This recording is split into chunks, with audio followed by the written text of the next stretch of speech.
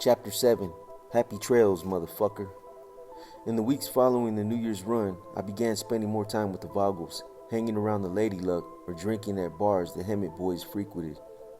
By all appearances, George Rowe was down for the club. With the exception of North, who was still sniffing around me like a fat hound, I was considered one of the boys. I was in. As Special Agent John Carr put it, it was time to make things official. In March of 2003, I drove out to the ATF's field office in Van Nuys, California, gripping the steering wheel with my left hand because my right was in a plaster cast up to the elbow, busted on a trimming job. The process of becoming a confidential informant actually kicked off a few days before when I met Carr at a Burger King parking lot several blocks from his office. "How'd you get that busted wing?" he asked as I climbed into his car. "Fell out a fucking tree." "That'd be a bitch, riding a bike like that. Thank God you don't own one yet." "Hey, bust my balls all you want," I told him. "I can still brake with my foot, and you ain't getting out of your promise. I want that bike." Carr took my photograph, rolled my prints, had me sign some papers, then sent me on my way. Now I was meeting up with him again in Van Nuys to make everything official. I was about to be signed, sealed, and delivered to the federal government.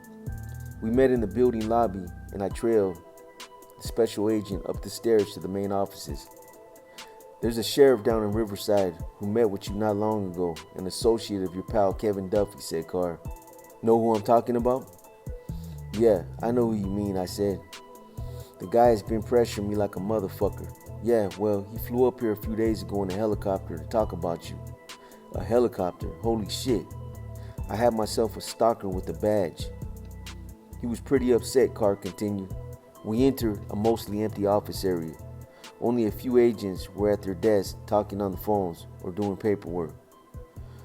"What did you say to him?" I asked. "I said, call George right now. If you're going to be the guy on this case, knock yourself out. If George is good with that and he wants to work with you, I'll walk away. Kinda like a joint custody arrangement." The agent parked himself on the edge of his desk. "Listen, George, here's the deal. I'm not about to get into a pissing contest with another agency over you. That's not going to happen. The biggest mistake we could make will be allowing two handlers. Only one guy controls an informant, and that's just the way it works. Understand?" "Yeah, man, absolutely." "Well, then you've got a decision to make. You've already been shopped to this guy in Riverside, and if that's the direction you want to go, I won't stand in your way." "Hell no." "You sure about that? Because once you sign those papers, you're with the ATF. Just hand me the pen." The agent smiled at this. "I'll call the sheriff and tell him you're not going through with it, that you got spooked. We'll keep your pal Duffy in the loop, but no one else. The fewer people who know about what's going on, the better." I shook my head and grinned. "A helicopter? No shit." We left the office and walked down the hall to a conference room where I met Special Agent Jeff Ryan, the man who would serve as Carr's right-hand man during my time undercover. Ryan had started with the Border Patrol down at the Brownfield Station in San Diego before transferring into ATF as a special agent at the Los Angeles Field Division. Next to him, a folder was laid out on a polished conference table. I took a seat opposite John. He opened the folder, then glanced up at me. "You ready for this?" "Hell yeah, man, let's do it." "Before we get into it," said Carr, "let's be clear about something." He leaned forward on his elbows and studied me intently for a moment. "I understand why you're doing this thing, George. I know how badly you want to get rid of those boys in Hemet, and I admire you for it. I really do. Nobody's ever come out and volunteered for something like this before. But you need to understand something too. This thing isn't going to happen overnight. It won't be game over in 2 weeks or even 2 months. An operation like this takes time to find out exactly what these guys are doing and gather enough evidence to make a case. There's a lot of hard work involved.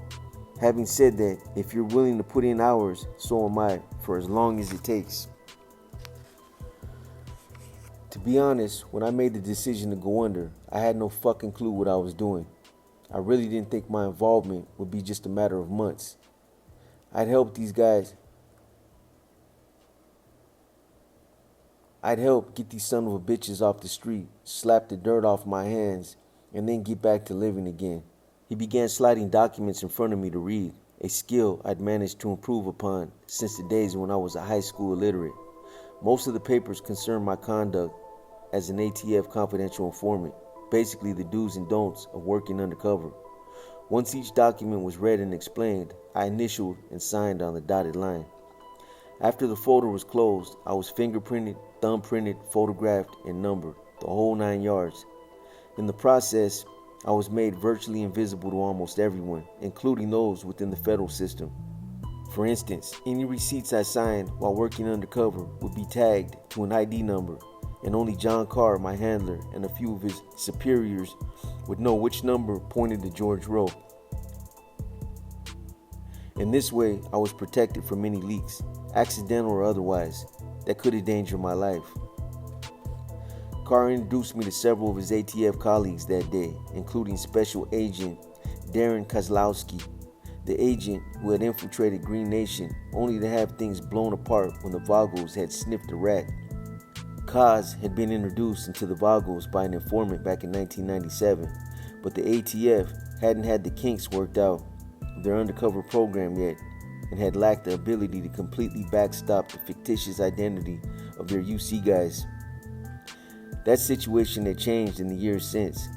Now, agents could roll under a false identity with everything in place: name, past history, a place to live, a workplace. It was all there and practically foolproof. In the years since Kaz had barely escaped the Vagos with his skin, he climbed right back in the saddle again, successfully infiltrating the Mongols and Warlocks motorcycle clubs.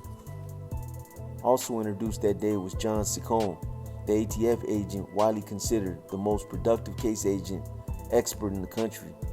Sicone had set a high bar for making outlaw motorcycle gang cases that few could match. The man was a case agent for one of the ATF's more high-profile busts when Special Agent Billy Queen went under the Mongols MC starting in 1998. Posing as outlaw Billy St. John, Queen spent 2 years gathering evidence on the Mongols. On the day of the takedown, 41 of them were busted. Sicone shook my hand, but didn't sound overly confident about my chances of breaking in with the Vagos. After all, his man Kaz was one of the top undercover specialists in the country, and he hadn't succeeded.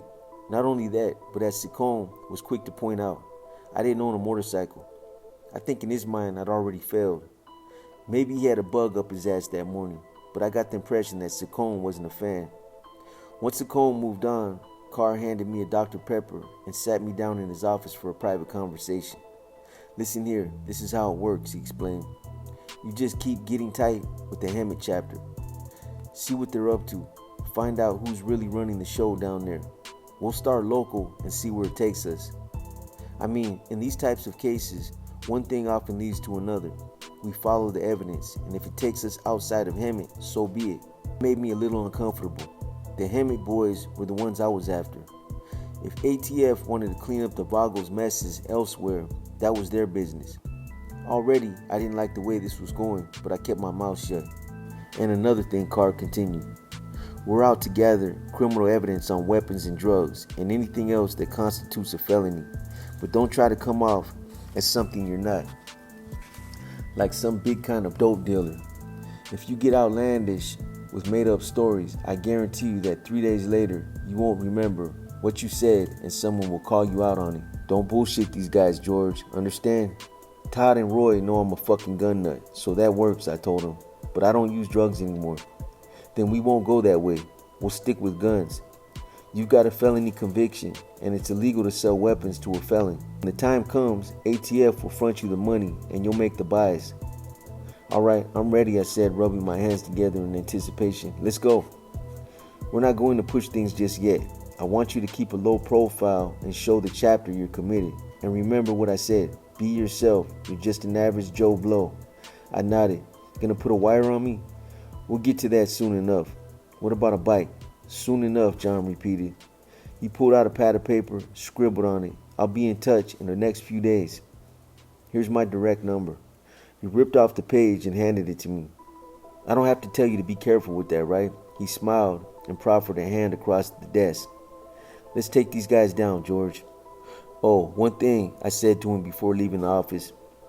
"I'd like to include my friend Joe on this." "Bad idea," said John without hesitation. "Joe knows how deep